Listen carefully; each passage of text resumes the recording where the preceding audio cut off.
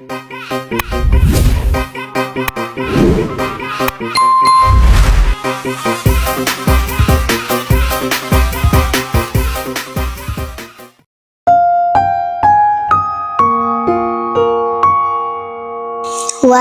kain yang hampir lenyap.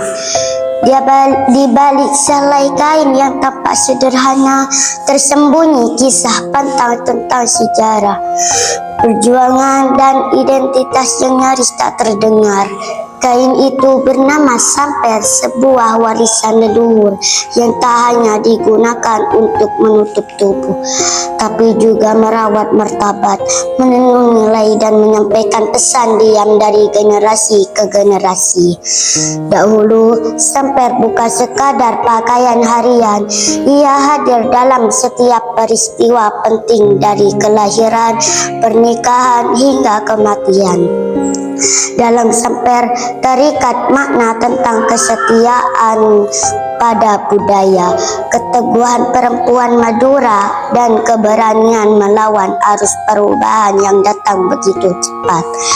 Bahkan dalam masa penjajahan, sang pahlawan pun turut andil. Mereka mengenakan samper dalam pergerakan bawah tanah, menyisipkan pesan-pesan perjuangan di sela lipatan kainnya.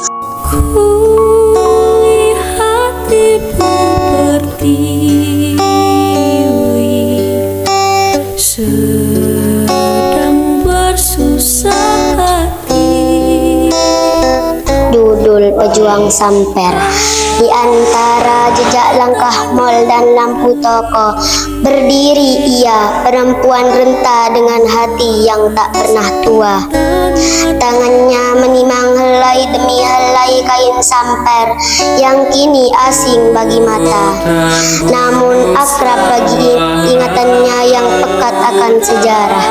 Ini bukan kain biasa, katanya lirih pada cucunya yang menggenggam gawai. Ini saksi diam atas darah yang tumpah dan peluh yang tak pernah dianggap. Ia bukan sekadar selembar kain bercorak garis dan bunga, tapi rajutan tangan-tangan ibu yang menjahit doa dalam tiap simbol benang, menyulam harap di tengah malam penjajahan. Dulu samper dipakai para perempuan pejuang yang menyelinap di antara penjaga malam, menyembunyikan pesan dalam lipatan, membungkus luka dalam sabar, menjadi identitas dalam diam.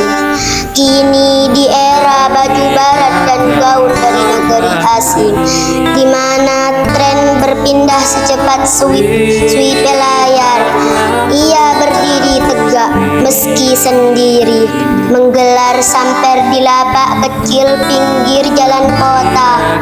Wajah-wajah muda lalu lalang, beberapa tertawa, sebagian hanya melirik heran. Masih ada yang jual beginian, masih ada yang mau pakai. Mereka tak tahu ia sedang menjaga marwah masa silam agar tak larut dalam banjir diskon dan mode tak berakar. Setiap helai samper yang ia tenun kembali adalah ziarah sunyi pada perjuangan para ibu yang tak tercatat di buku sejarah sekolah, tapi hidup dalam tiap detak jantung bangsa. Ia pernah menolak undangan peragaan busana modern yang hendak menjadikan samper sekadar pelengkap gaya.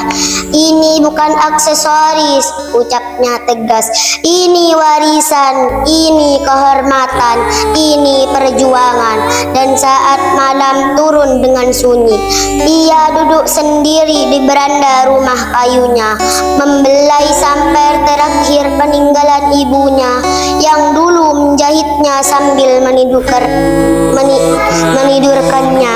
dengan lagu perjuangan dalam bahasa daerah yang kini nyaris punah. Samper ini bukan milikku semata, bisiknya pada bintang, tapi milik semua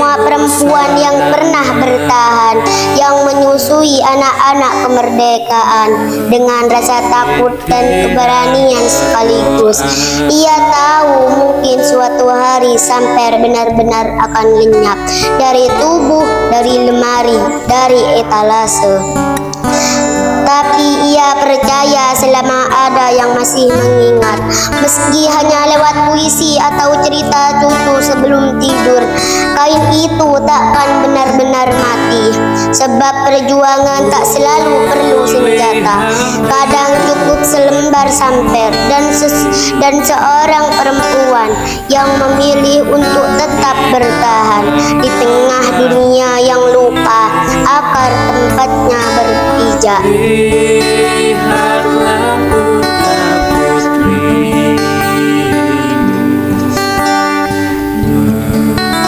menggembirakan ibu.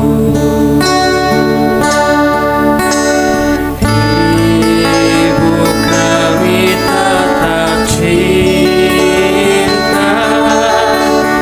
putramu yang setia.